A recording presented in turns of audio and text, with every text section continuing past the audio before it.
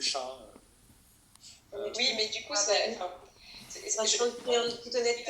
vous mettiez des questions de plus de réflexion du coup pour éviter ça. Totalement, d'ailleurs je trouve ça beaucoup plus intéressant que de nous mettre des questions de cours parce que par prétexte qu'on pourrait éventuellement tricher, alors on évite les questions de cours, etc.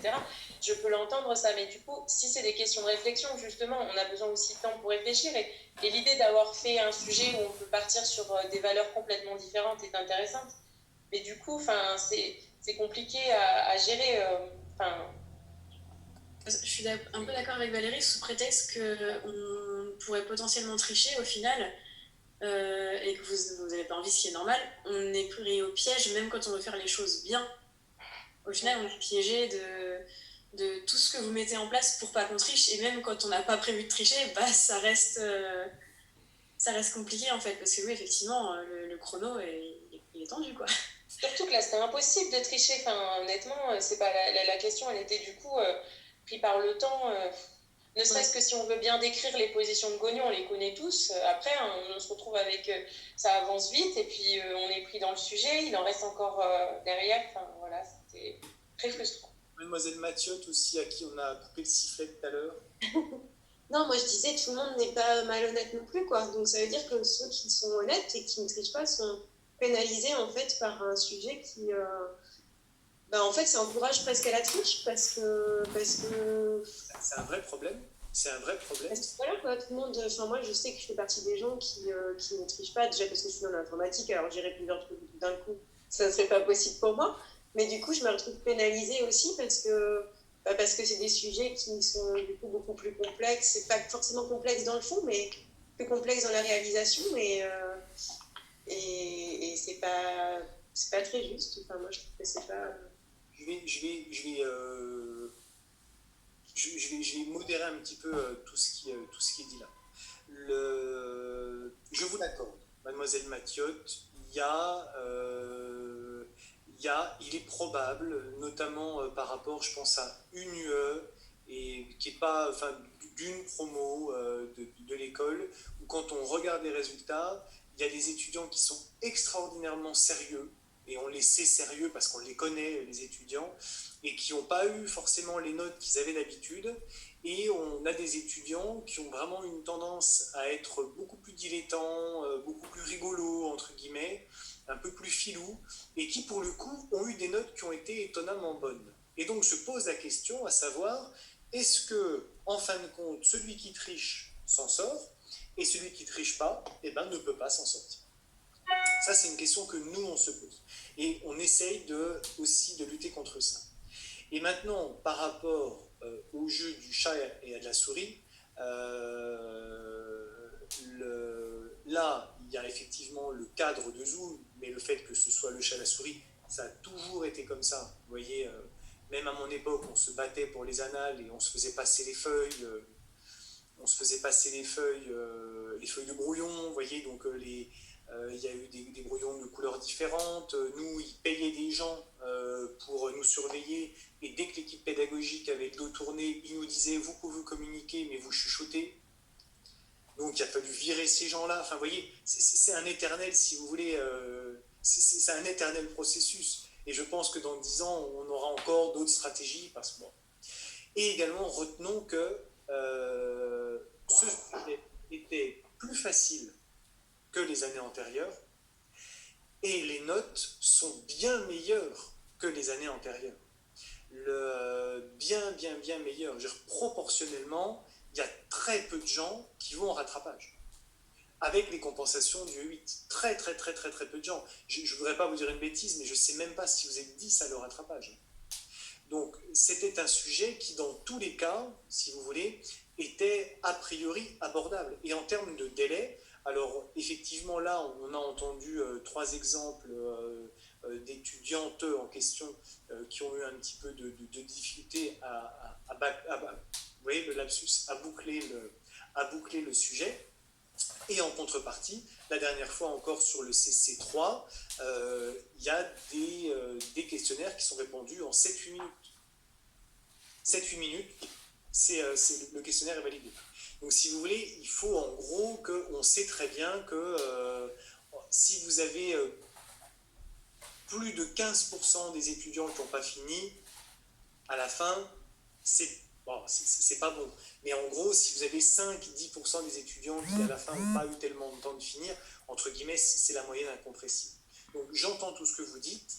Je le prends en considération pour le prochain sujet, qui, à la louche, ressemblera à celui-là, avec peut-être moins de précision. Il sera probablement encore plus vaste. Vous aurez probablement encore plus de marge de manœuvre.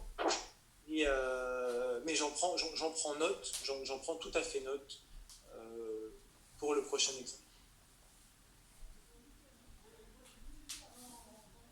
Oula! Ah, pardon, il est tout en bas. Hop, on va le faire. Monsieur, Madame? excusez-moi, j'avais juste une question parce que ça me perturbe un petit peu du coup l'histoire du 2-. Je sais pas si c'est moi qui ai mal compris la question, mais c'était bien les abducteurs en décubitus. Tout à fait. Parce que du coup, je comprends pas, vu qu'on était au-dessus de la moitié de l'amplitude, pour moi, on attribue la cotation supérieure avec un moins. Enfin, c'est ce que j'ai noté dans mon cours de MFM en tout cas. Alors attendez, il faut que je me replonge un petit peu dans le truc. C'est pour ça que je comprenais pas le 2- du coup. Pour pouvoir attribuer la cotation 3, il faut que tu sois forcément contre la pesanteur et du coup là tu l'es pas. Non, mais c'est un 3-.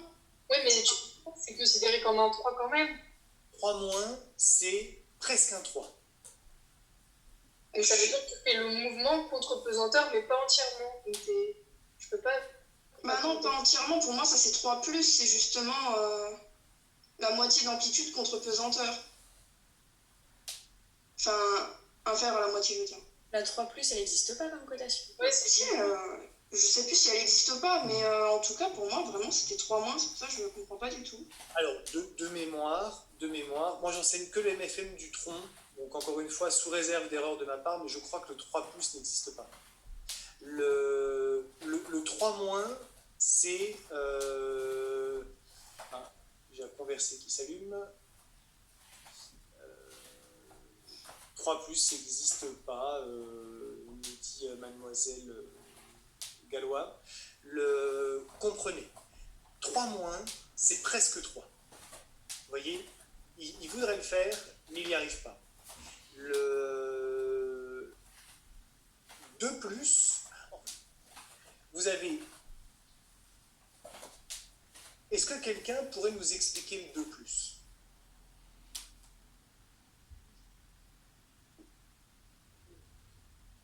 Moi, je peux essayer. Allez-y, on vous écoute. Ben, pour moi, la cotation 2+, c'est que pour moi, on a travaillé la position 3, sauf que la position 3, donc contre-pesanteur, sauf qu'en réalité, on peut valider un 3 que si on a fait toute l'amplitude.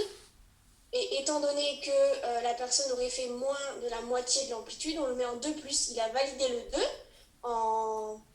sans pesanteur, mais il n'a pas validé le 3, donc il est forcément entre 2 et 3. Et après, c'est une question d'amplitude, donc il est dans le 3, mais il est en moins de l'amplitude, donc c'est le 2+.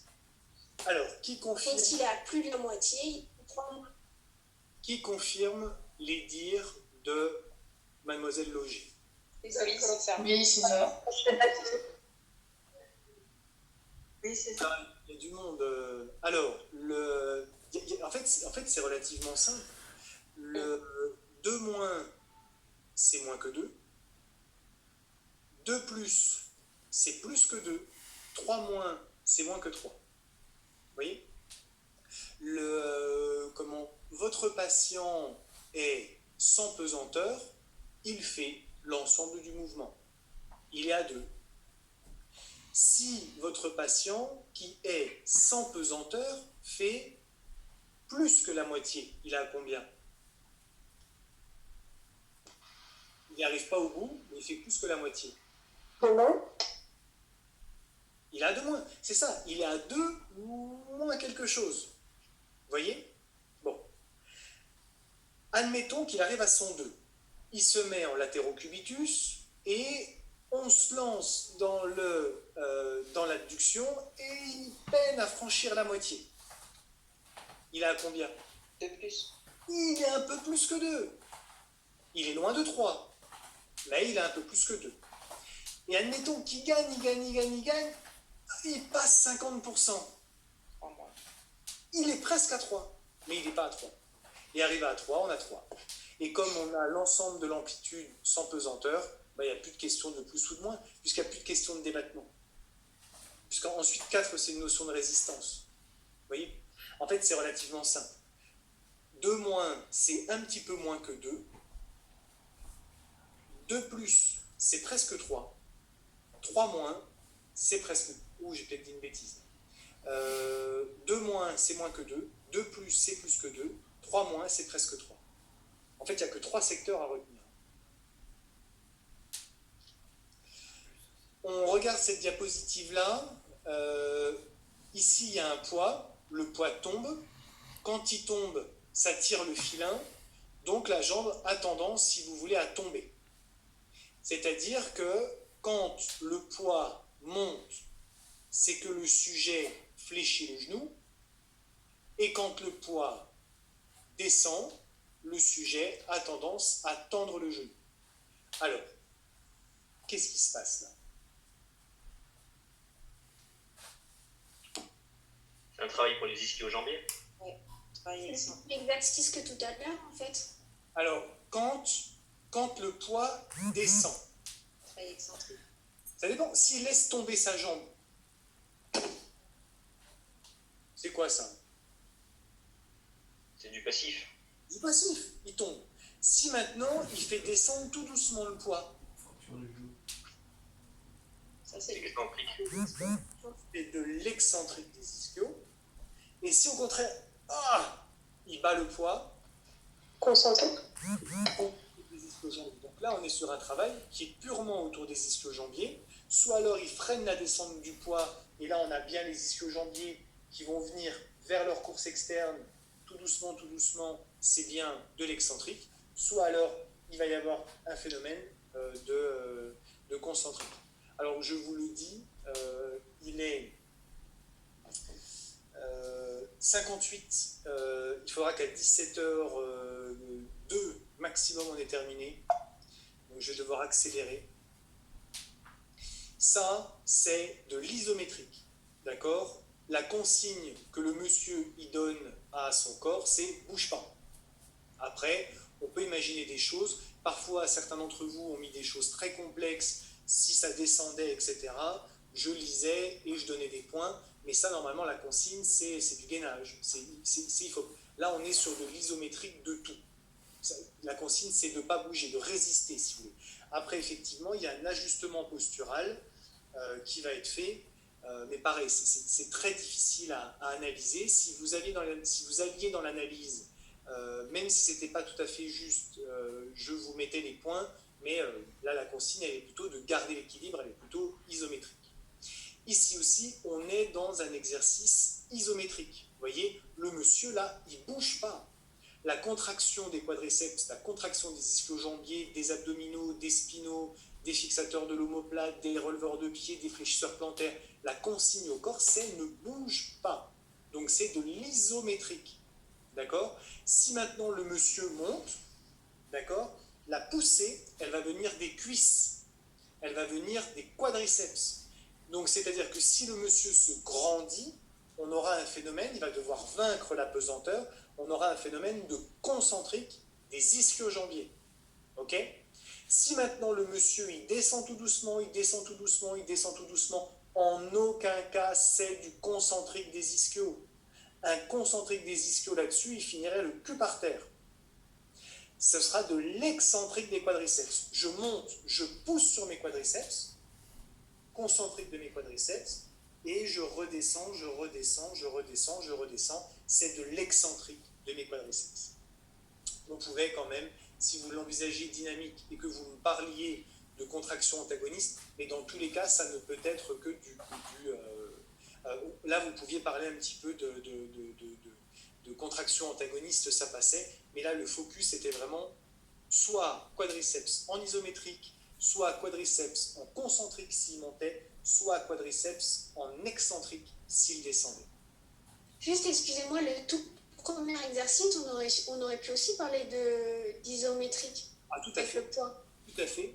Là, vous dites Oui. au patient, bouge pas, c'est l'isométrique. Et là, à nouveau, on va avoir soit le monsieur pousse avec ses jambes et on va avoir du concentrique des quadriceps, soit le monsieur descend et on aura de l'excentrique des quadriceps. Alors que vos réponses gravitaient. Alors, encore une fois, s'il y en a certains qui se sont lancés dans de l'excentrique des ischio-jambiers, ça peut se comprendre parce qu'il y a des ajustements posturaux, c'est-à-dire que le monsieur, il faut bien qu'il tienne ses genoux parallèles, il faut qu'il tienne son bassin. Donc lui, effectivement, ses ischio-jambiers ne sont pas au repos. Ses ischio-jambiers sont en action. Donc, on comprend aisément qu'il peut y avoir de l'excentrique. Bien qu'en fait, ce ne soit pas de l'excentrique, mais c'est plutôt de l'ajustement isométrique. Mais encore une fois, là, la poussée, elle vient des quadriceps. Là, on imagine, monsieur, vous avez déjà fait de la presse hein, au fitness park. Là, ici, le monsieur, il pousse avec ses jambes. C'est bien les quadriceps qui vont venir tendre les jambes. D'accord? Donc, c'est bien du concentrique. Et ensuite, s'il redescend, il va falloir ici qu'il vienne relâcher à nouveau sur ses quadriceps. Vous voyez, là encore, le mot-clé, c'était concentrique des quads à la montée, excentrique des quads à la descente. Monsieur, Madame, excusez-moi de vous couper, est-ce que le paradoxe de Lombard, il peut intervenir dans cet exercice ou pas? alors vous en avez beaucoup parlé et ça fera partie des réponses que malheureusement je ne pourrai pas vous fournir parce que je ne me suis pas suffisamment posé la question. Je l'ai lu dans vos copies. Pareil, ça ne vous retirait pas de points, mais encore une fois, pour avoir les points maximaux, c'était vraiment, parce qu'ils étaient sur 2 points, ceux-là, donc il y avait un barème, c'était vraiment, ce qu'il ne fallait pas mettre, c'était concentrique des ischio-jambiers. Concentrique des ischio-jambiers, oui, d'accord, mais là, c'est comme à 10 km/h, c'est-à-dire tend les jambes et ensuite, descend le skateboard le plus rapidement possible. Et là, il aurait fallu sangler les pieds, vous voyez, et que vraiment le monsieur claque, il vienne claquer le skateboard sur ses chevilles pour avoir du concentrique des ischio-jambiers. Alors très rapidement, lorsqu'un muscle travaille en excentrique et en course interne, le muscle se laisse étirer passivement? Non, le muscle se laisse étirer activement. Le muscle raccourci, non, il s'allonge. Hein, en excentrique, c'est logique. En excentrique, on va vers la course externe, on ne va pas vers la course interne. Quel est l'intérêt de mesurer les rotations du genou en position assise, genou fléchi à 90 degrés? Parce que les rotations du genou sont uniquement perceptibles lorsque le genou est à 80 degrés de flexion. Il y a un tiers de la promotion qui pense qu'à 88 degrés de flexion et à 92 degrés de flexion, les rotations du genou disparaissent. Non, les rotations du genou, elles sont tout le temps présentes. Tout le temps, dès le démarrage. C'est juste que 90 degrés de flexion, ça permet de standardiser la mesure et on est dans un phénomène déjà qui est la position assise, donc ça va être pratique si vous voulez, et on va avoir une décompression articulaire et on va avoir un équilibre au niveau ligamentaire. Donc les rotations seront particulièrement perceptibles. Donc c'est pour ça que c'est intéressant de les mesurer là, de manière à ce que ce soit reproductible. Mais à 70 degrés de flexion, on a la rotation, au même titre qu'à 110 degrés de flexion, on a de la rotation de genou. Oui, donc attention, un tiers de la promo s'est planté là-dessus. À la suite d'une immobilisation par botte, il faut tout évaluer. On se rend bien compte que ce qui a planté un étudiant sur 2, c'était la mobilité de la tarso-métatarsienne. Il a une botte, on imagine un œdème, on imagine que c'est gonflé, qu'il a eu mal, etc. Évidemment qu'on va examiner même les orteils, on va examiner le genou, on va même potentiellement la hanche si le monsieur a boité. Selon vous, qu'est-il également intéressant de vérifier? Bien entendu, c'était l'ensemble des articulations qui était intéressante à vérifier. Excusez-moi, juste par botte, vous entendez plâtre du pied, les jambes? Là, ça se fait plus. En général, maintenant, c'est des espèces de grosses attelles en plastique dur avec des grosses scotch. D'accord, ok. Oui, c'est ça, c'est une bonne plâtrée, quoi. Enfin, il s'était pété la cheville. D'accord, ok. Lorsque vous évaluez la force du moyen fessier en position de cotation 3, selon Daniels, si le patient réalise une abduction de hanche associée à une flexion, ce peut être. Vous avez été bon nombre à parler de la compensation du deltoïde de Farabeuf, mais le deltoïde de Farabeuf, il n'est pas fléchisseur. Hein. C'est un abducteur. Il va avoir une composante de flexion par retour inertiel à la marche. À la marche, votre patient en latérocubitus, son deltoïde fessier de Farabeuf, en aucun cas, il va induire une flexion. Alors que pour le Sartorius et pour le TFL, c'est logique. L'iliopsoas, pourquoi non? Parce que l'iliopsoas n'est pas abducteur. Donc, il ne va pas induire d'abduction. Il fallait trouver des muscles qui étaient et fléchisseurs et abducteurs. Et là, en l'occurrence, on n'avait que Sartorius et TFL. Le deltoïde fessier étant que abducteur et le droit fémoral iliopsoas étant que fléchisseur. Hein, c'est vraiment les muscles, si vous voulez, qui vont avoir une action et une autre, qui vont justement compenser et où on va voir apparaître justement leur autre.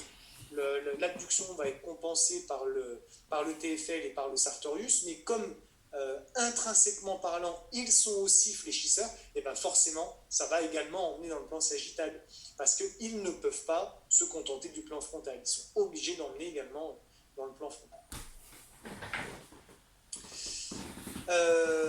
Concernant le MFM, la cotation 3- signifie que le patient peut débattre plus de la moitié de l'amplitude existante sans pesanteur. Alors, verdict? Et plus de la moitié avec pesanteur? Avec pesanteur, c'est presque 3, il y arrive presque, il a 3 moins un petit truc. Donc ça va être plus de la moitié.